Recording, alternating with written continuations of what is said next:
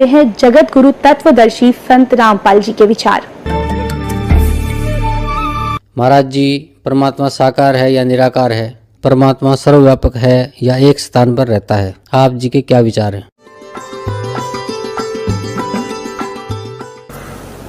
सतगुरुदेव की जय। बंदी छोड़ कबीर साहिब की जय। बंदी छोड़ गरीबदास जी महाराज जी की जय हो। स्वामी राम देवानंद जी गुरु महाराज जी की जय हो।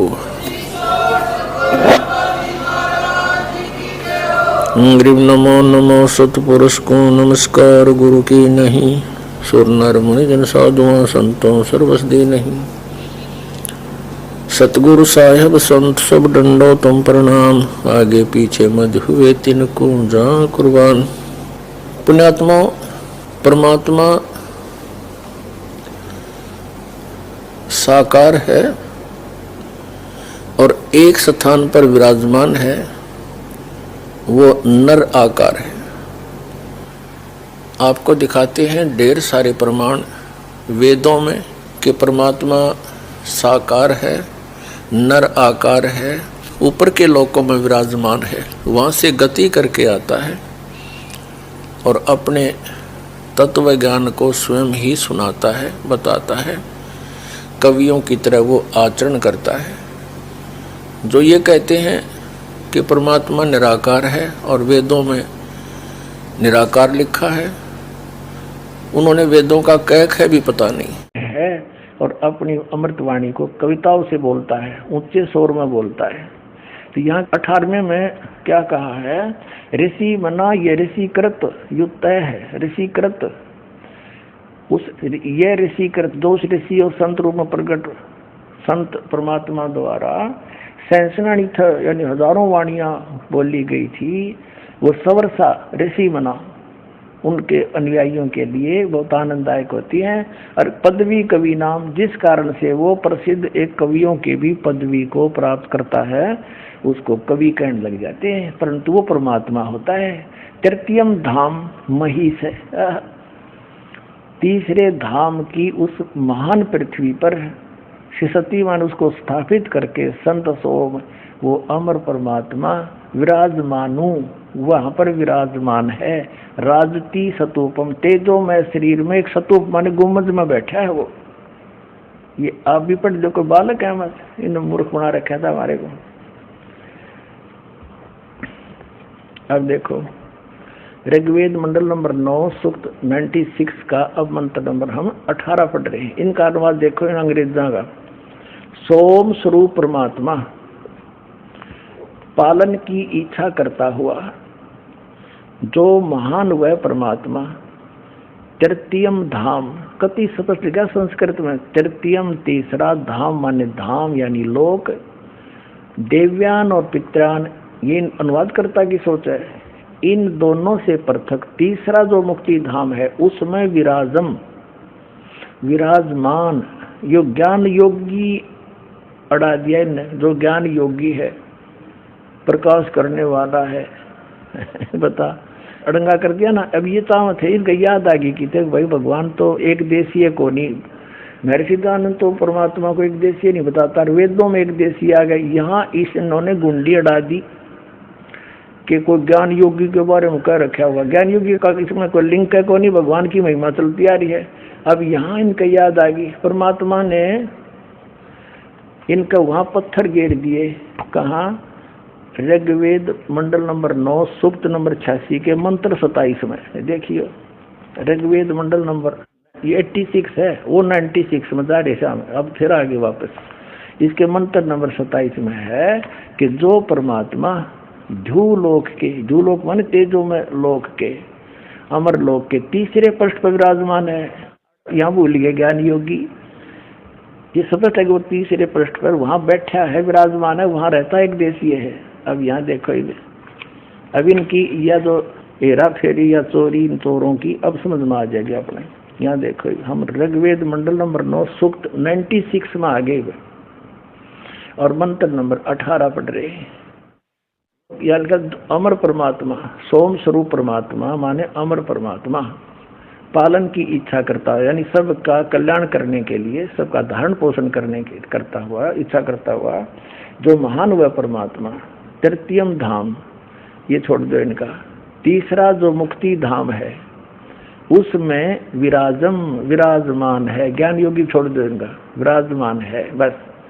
और फिर आगे क्या कह रहा है देखो, ऋषिकृत, सबको ज्ञान प्रदाता, ऋषि मना, सर्वज्ञान के साधन रूप मन वाला, वह परमात्मा। ऋषि मना ये बहुवचन है, एक सिंगल नहीं। ऋषिकृत माने उस ऋषि या संत रूप में प्रकट परमात्मा के द्वारा, कृत माने बोली गई वाणी, बनाई गई वाणी, सेंसराणी था। ऋषि मना उन ऋषि स्वभाव वाले, संत स्वभाव वाले भक्तों के लिए, सर्वसा माने सुखदायी, बहुत ही अच्छी प्यारी लगती है उनको उनकी वाणी, इसका अर्थ ये है। अरे कवि नाम पदवी, जो कांतदर्शियों की पदवी अर्थात मुख्य स्थान है। कोई बात हुई, कवि नाम वो कवियों की भी पदवी प्राप्त करता हो परमात्मा, उसको कवि भी कहते हैं, इसका अर्थ ये है। इन सेंसरणी था, सेंसरणी था का अर्थ क्या, अनंत प्रकार की सत्वनीय है, अनंत प्रकार की वाणी। अब पुण्यात्माओं या दया परमात्मा की कि ये वेद जीवित पा गए अपने को, नहीं तो अब तो ये आगे थे, जय गणेश देवा, माता थारी पार्वती, पिता महादेवा, हम यहाँ फिट कर दिए थे। वेद था हमने देखे बिना थे। इस दास ने 37 साल का हो गया था जब ये उपदेश मिला। और पुण्यात्माओं अब ये वेद और किताब हमारे लिए एक रामायण सी बन गई, कति सिंपल से, क्योंकि ज्ञान ही तो है इनमें अमृत। समझ में आया तो संस्कृत एक भाषा है, एक पात्र है, उसमें वस्तु क्या है, वस्तु से लिंक हमारा। उसने वाटर कहो से जल कहो, नीर कहो।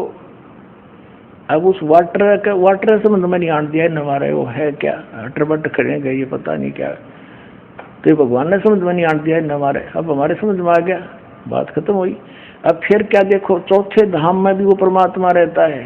तीसरे आगे चौथे धाम, चौथा लोग भी बताया, देखिए ऋग्वेद मंडल नंबर 9 सूक्त 96 यानी 96 का 18 पढ़ दिया, 19 में देखो। तुरियम धाम, समुद्रम। अब समुद्र का अर्थ यहाँ है कि जैसे समुद्र जो है वो जल का स्रोत है, उस समुद्र में से ही सब जल का स्रोत है, यानी वहीं से वाष्प उठती है, फिर बर्फ बन जाती है, फिर बह के चल पड़ता है, वर्षा भी होती है, बादल बनता है। इसी प्रकार समुद्र जो है यानी सब का उत्पत्ति स्रोत वो चौथे लोक में रहता है। कौन सा, जैसे एक सतलोक नीचे से, फिर ये सरपुरुष सरपुरुष के छोड़ दे तो नासवान है, ऊपर के अमर लोकों की बात है। सतलोक 1, अलखलोक 2, अग्निलोक 3 और चौथा वो अकेलोक है, उसमें अकेले परमात्मा विराजमान है कबीर जी अपने अन्य रूप धारण करके। और वहां से सब की उत्पत्ति की, सब नीचे के ये तीनों लोग वहीं बैठ के उत्पत्ति की। तो वो समुद्र कहा है, वो चौथा लोग सबका उत्पत्ति स्थल समझ लो। ये इन्होंने कोशिश भी यही की समझाने की, देखना। अब हमारे यहाँ ऋग्वेद मंडल नंबर 9 सूक्त 96 के और मंत्र नंबर 19 पर आगे 18 पढ़ दिया था। समुद्रम तुरियम धाम महिष्य विभक्ति, प्रकृति के सूक्ष्म से सूक्ष्म शक्तियों के साथ, प्रकृति के सूक्ष्म से सूक्ष्म शक्तियों के साथ जो संगत है। समुद्रम इसका अर्थ है जिससे सब भूतों की उत्पत्ति, स्थिति और प्रलय होता है, यानी सब। समुद्रम माने सब का उत्पत्ति स्थल, इसका अर्थ होना चाहिए। वह है तुरियम माने चौथा, तुरियम माने चौथा, और धाम माने परम पद परमात्मा है। तुरियम धाम वो चौथा धाम है और उसमें वो परमात्मा रहता है, उसके अंदर वो परमात्मा। और विभक्ति वही आकर के नीचे अपने ज्ञान को ठीक ठीक विस्तार के साथ बोलता है, इसका अर्थ ये बनता है। विभक्ति माने वर्णन करता है। महापुरुष उस तुरियम चौथे परमात्मा का वर्णन करता है। वह परमात्मा जो प्रत्येक बल में स्थित है, सर्वोपरि प्रशंसनीय है और सर्वशक्तिमान है, यजमानों को तृप्त करके जो शीघ्र गति वाला है, अनंत शक्तियों को धारण करता हुआ इस संपूर्ण संसार का उत्पादक है। हो गया। एक तो ये है कि प्रकृति, ईश्वर और जीव, ये दानंद का सिद्धांत है कि ये इनका कोई करता नहीं। और यहाँ स्पष्ट लिख रखा है वेद में अपने कर कमलों से, अंग्रेजा ने, दानंद के चेला ने, और दानंद खुद कह रहे हैं कि इसमें स्पष्ट लिखा है। वेद क्या बता रहे हैं कि वो सबका, सारे जगत का उत्पादक हो, सबका, यानी सब में सब कुछ आ गया, जीव भी, प्रकृति फिर कहाँ रहेगी। और वास्तविकता यही है। अब देखो 20 में कमाल कर दिया, यही 20 में देखो इसका 9वें के 96 का ऋग्वेद के 20 में वह परमात्मा जिस प्रकार संघ को उसका सेनापति प्राप्त होता है, इस प्रकार ब्रह्मांड रूपी कोश को प्राप्त होकर उच्च स्वर से गर्जता हुआ इस ब्रह्मांड रूपी विस्तृत प्रकृति खंड में भली भांति प्रविष्ट होता है। इसका भावार्थ ये है कि वो परमात्मा ऊपर सतलोक से चलकर आता है और यहाँ पर एक बहुत बड़े समूह का वो मुखिया बनता है, एज ए गुरु बनता है, बहुत बड़े संघ का, बहुत बड़े जनसमूह का वो मुखिया बनता है, राजा के समान। अब देखो सेनापति की तरह। अच्छा देखो ये हम चल रहे 20 में, और यहाँ लिखा है उस प्रकृति खंड में भली प्रकार प्रविष्ट होता है। और जैसे मरिये, जैसे मनुष्य सुभर शरीर को धारण करता हुआ, जैसे मनुष्य सुभर शरीर को धारण करता हुआ, जैसे मनुष्य शरीर धारण करके आता है, ऐसे परमात्मा मनुष्य के समान मनुष्य शरीर धारण करता हुआ अत्यंत गतिशील पदार्थ के समान प्राप्ति के लिए गतिशील होता हुआ धनों के लिए कटिबद्ध होता है और उस प्रकृति रूपी ऐश्वर्य को धारण करने के लिए परमात्मा देवदूत या दिन आगे बकवाद कर दी। धना नाम है जो भक्ति धन के व्यक्ति हैं, अच्छी आत्माएं हैं, उनको वो परमात्मा इस प्रकार आता जैसे मरिये, मरिये माने मनुष्य। यहाँ है इसका देखो मरिये ने माने मनुष्य के समान सुभर तन्व माने शरीर, सुंदर शरीर को, मनुष्य जैसे शरीर को धारण करता हुआ नीचे आता है मनुष्य शरीर, सुंदर शरीर में। यहाँ मरिये यहाँ लिखना था, मरिये माने जैसे मनुष्य, नो समझ लो, और सुंदर शरीर को धारण करता हुआ आता है, इसी प्रकार भगवान आता है। और देख लो थोड़ी सी कलाबाजी इनकी ओर दिखा देते हैं। अब 9 के 96 का 20 पढ़ दिया, 21 में और दे कमाल कर रखा है। हे प्रकाश रूप महापुरुषों से उपास्य मान आप हमको पवित्र करें। वैदिक वाणियों के द्वारा कनिकर दत्त माने अपने अमृत वचनों के द्वारा शब्दमान होते हुए आप श्रेष्ठ पुरुषों के प्रति प्राप्त हों और फिर आओ भगवान जैसे आप अपनी लीला करते हो। 22 में कहा है शांति रस में तत्पर परमात्मा संपूर्ण संसार में शांति फैलाता हुआ सर्वव्यापक, यह बकवाद रखे न, कहते हैं संपूर्ण संसार में शांति फैलाता हुआ शांति रस में तत्पर परमात्मा जो सर्वोपरि बुद्धिमान है, सबसे बुद्धिमान है, सबसे अच्छा ज्ञान रखता है, वह मित्र के हाथ पकड़ने के समान मंगलमय शब्द करता हुआ हमको प्राप्त होता है। परमात्मा के विषय बताया है कि वो परमात्मा ऐसी लीला करता है जैसे एक दोस्त करता है और वो अपनी अमर वाणी से ज्ञान देता है, उच्चारण करके अपनी अमर वाणी बोलता है। अब इससे क्या सिद्ध हो गया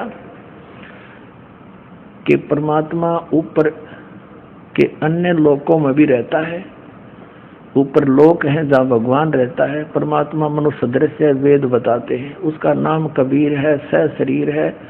और जो लीला उस काशी वाले धानक दुल्हे कबीर ने की थी वही परमात्मा के लक्षण वेदों में वर्णित है और आंखों देखा उन महापुरुषों ने बताया जिन्होंने परमात्मा प्राप्त हुआ। तो स्पष्ट हुआ इन सब से मिलकर कबीर इज गॉड, धानक रूप रहा करतार। गरीबदास जी कहते हम सुल्तानी नानक तारे दादू को उपदेश दिया। जात जुलाहा भेद न पाया, वो काशी माहे कबीर हुआ। अनंत कोट ब्रह्मांड का एक रति नहीं भारे, सतगुरु पुरुष कबीर हैं ये कुल के सिरजनहारे। अब इन अज्ञानियों का अज्ञान हो गया साफ, जो ये कहते हैं कबीर परमात्मा नहीं, एक जीव है, ऊपर कोई लोक नहीं, कल्पना है, परमात्मा कहीं साकार नहीं, वेदों में बोला ये झूठ है, झूठे ये है। परमात्मा कहते निरंजन धन तेरा दरबार, जहाँ तनिक नहीं न्याय विचार। कहे कबीर सुनो भी साधो, यहाँ सब उल्टा व्यवहार, और सच्चों को तो झूठा बताओ, झूठा का एतबार। निरंजन धन तेरा दरबार, निरंजन धन तेरा दरबार, निरंजन धन तेरा दरबार। जहाँ पर तनिक ना न्याय विचार, वैसा उड़े मुल मुल खासा गल मोतियों के आर। वैसा उड़े मुल मुल खासा गल मोतियों के आर।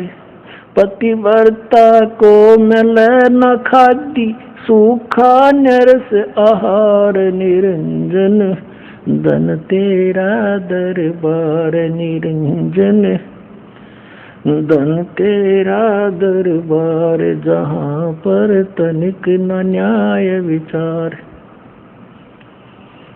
पाखंडी की पूजा जग में संत को कहें लबाड़। पाखंडी की पूजा जग में संत को कहें लबाड़। अज्ञानी को परम विवेकी, ज्ञानी को मूढ़ गंवार। निरंजन धन तेरा दरबार, जहाँ पर तनिक न न्याय विचार।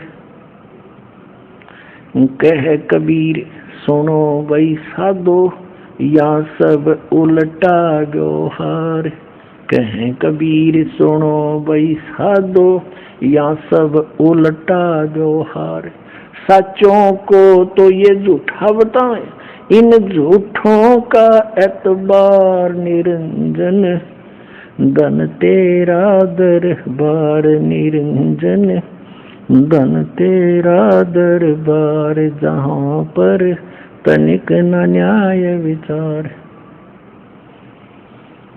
कह कबीर सुनो भाई साधो, या सब उल्टा व्यवहार। कह कबीर सुनो भाई साधो, या सब उल्टा व्यवहार। सच्चों को तो ये झूठा बताएं, इन झूठों का एतबार। निरंजन धन तेरा दरबार, निरंजन धन तेरा दरबार। जहाँ पर तनिक न न्याय विचार। और ये नास्तिक अभिलाष दास जी पारखी, बुरहानपुर गद्दी से संबंधित, इलाहाबाद गद्दी नसीन, ये क्या कहता है कि परमात्मा हमें कोई लाभ हानि नहीं कर सकता, हमारे पाप नाश नहीं कर सकता, हमें कोई कोप या दया नहीं करता, और वेदों को सच मानता है। और वेदों में यजुर्वेद अध्याय नंबर 8 के श्लोक नंबर 13 में 6 बार लिख रखा, परमात्मा अपने साधक के घोर पाप को विनाश कर देता है। पाप नाश होने से सुख होता है, उसी का नाम दया होना है। दया कर दी परमात्मा ने, हमारा दुख निवारण कर दिया और सुख में परिवर्तित कर दिया। फिर ये अभिलाष दास नास्तिक वेदों को सत्य मानता है और कहता वेदों में कोई ऐसा लोक नहीं, परमात्मा साकार नहीं, ये झूठ बोला है, किसी ने उनको समझा नहीं बोले। अभिलाष दास ये नास्तिक कहता है कि शरीर में वैसे तो 11 द्वार भी बताए हैं, लेकिन कबीर साहब ने 10 द्वार बताए, हम 10 द्वार मानते हैं। कबीर साहब ने तो 12वें द्वार में परमात्मा बताया, 12वें द्वार पार करके सतलोक प्राप्ति होगी। शरीर तो अलग है, लेकिन हमने जिन द्वारों को पार करके परमात्मा पाना है वहाँ मान लेके उन द्वारों का जिक्र है। इसी सिद्ध है कि इनको कख पता नहीं और कितनी दुनिया को मिसगाइड किए बैठे माँ बाप के भागी हो रहे हैं। दास की प्रार्थना है कि ये संत स्वयं भी समझें और इस ज्ञान को अभिमान त्याग कर ग्रहण करें, अपना कल्याण करवाएं और अपने शिष्यों से भी कह दें कि भाई कल्याण करवा लो, हमारे पास पूर्ण ज्ञान नहीं है। अगर ये इंसान हैं और कल्याण चाहते हैं ये अपना भी और अपने अनुयायियों का भी, तो इनको अब विवश होना पड़ेगा ये शब्द बोलने के लिए, नहीं तो महापाप के भागी भगवान के दरबार में होंगे।